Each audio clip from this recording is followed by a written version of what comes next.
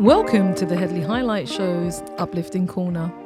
The Uplifting Corner is an injection of a different type of energy into the show to give it that different feel and flavour, so that even if we're talking about some really heavy stuff, we can still have a bit of something that's lighthearted. And my show covers lots of serious conversations, but in life we need light as well as darkness. So I hope you enjoy this week's Uplifting Corner. Now, before I jump onto the Uplifting Corner, can I thank you fundamentally for your listening ear and also your returning ear.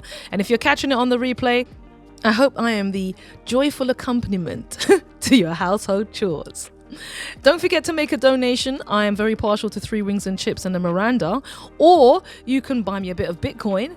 Please do like, comment and share, and please do subscribe to my YouTube channel. I'm trying to get to 3,000 subscribers, so I can only do it with your help. So please like, share and press the bell notification and select all, and you'll get all of my uploads as they appear. Okay, let's jump all over this week's Uplifting Corner. In this modern world, when we look at film stars, celebrities and sporting icons, we can sometimes focus too much on their fame rather than their personalities. It's interesting, therefore, to get a glimpse of the real person behind the fame. The person I'm going to tell you about is a son of Africa, and as well as telling you about why he is famous, I'm going to give you 2 examples of why he's a great man. His name is Sadio Mane, and for anybody who's been watching or watched the Africa Cup, they will know who he is. He's 33 years old and he's a Senegalese footballer who played for Liverpool for 6 years before moving to play for Bayern Munich.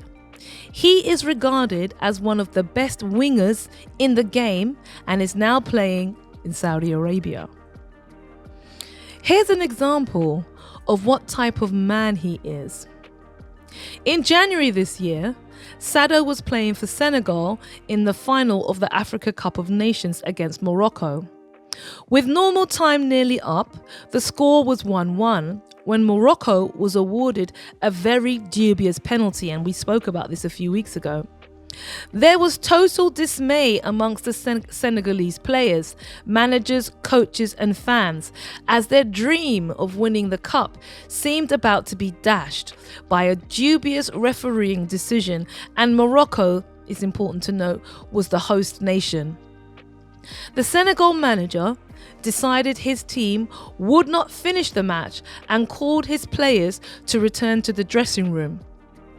All did except Sadio. Here you go.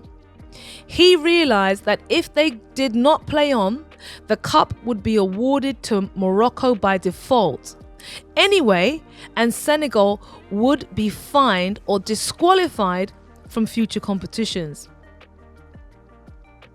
After a few minutes, Sadio walked into the dressing room and brought the team back onto the pitch. As fate would have it, Morocco missed the penalty and Senegal went on to win the World Cup in extra time. You see, what's for you, no one can come before you and take it from you. The second example of the type of man that Sadio is came a few years earlier in his career. The top professional footballers are paid millions, and one day a fan noticed Sadio was using an old cracked mobile phone. His response was, "Why would I want Ferraris, diamond watches and jet planes? I starved, I worked in the fields, played barefoot and didn't go to school. Now I can help people. I have built schools, a stadium, provide clothes, shoes and food for people in extreme poverty. I give monthly payments to people in one of the poorest Senegalese regions. I do not need to display luxury items. I prefer that my people receive some of what life has given to me."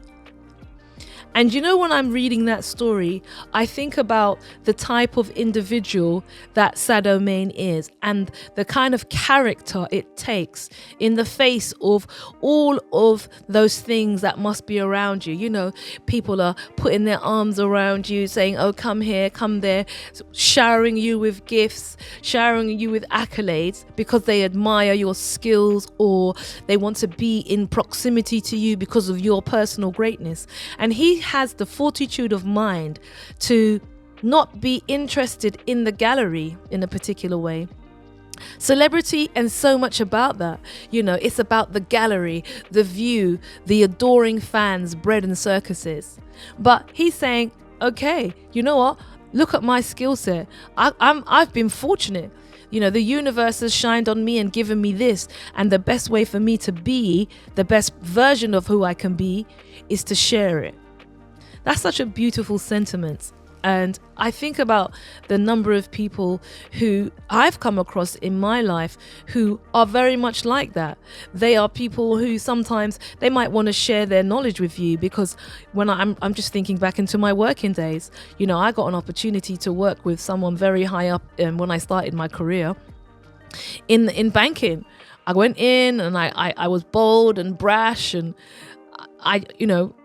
this guy mentored me. He mentored me for 2 years. I mean, I didn't stay at the bank, unfortunately, but he gave me such important skills and he was very happy. He was the type of person who had loads of women in his team and all of the women were different groups, ethnicities, ages, and he really worked. You know, he was the sort of person that would promote and push you, and it was a joy. And I think to myself, I think back now at the type of person that was, and it reminds me a little bit of that contribution I just read to you about Sadio Mane. Some people they realize that their greatness is not to be something that you just use for your own personal enrichment, gain, status, ego.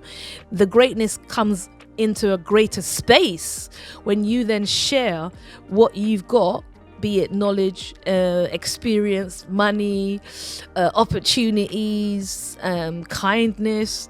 And when you do that, you realize how much more you grow, and that person you're supporting also grows. It's almost like a symbiotic evolution of shared good outcomes. I think that was really a cool line. I had to think about that. But yeah, a symbiotic conclusion or amalgamation of shared outcomes, and that person and you both benefit. And I'm sure you can think about people in your journey through your life who you can look back and think to yourself, you know, that person, they gave me a lot of time, you know, and time, that's another thing. I forgot to put that in the mix. That's a really important thing as well.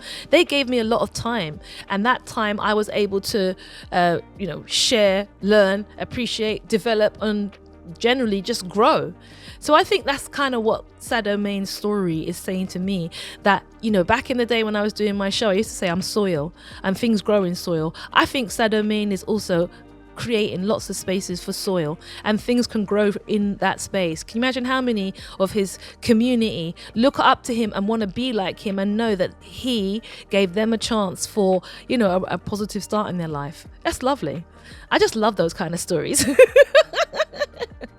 I love that lovely joy that it brings onto your face and in your voice when you hear about the good things that people are doing. And in the space that we're in at the moment, you know, with all the stuff that we're learning about all different things, you need that spark of genuine generosity that's not linked to anything other than just the joy of giving and the joy of sharing. So I hope you like that story. And if you want to jump up on the mic and give me a little anecdote story where something like that has happened to you, or you know about something similar, you know, don't be shy, just jump up. Anyway, hope you liked it. Don't forget, make a donation, come back next week, like and share, and do subscribe, and cut, darlings.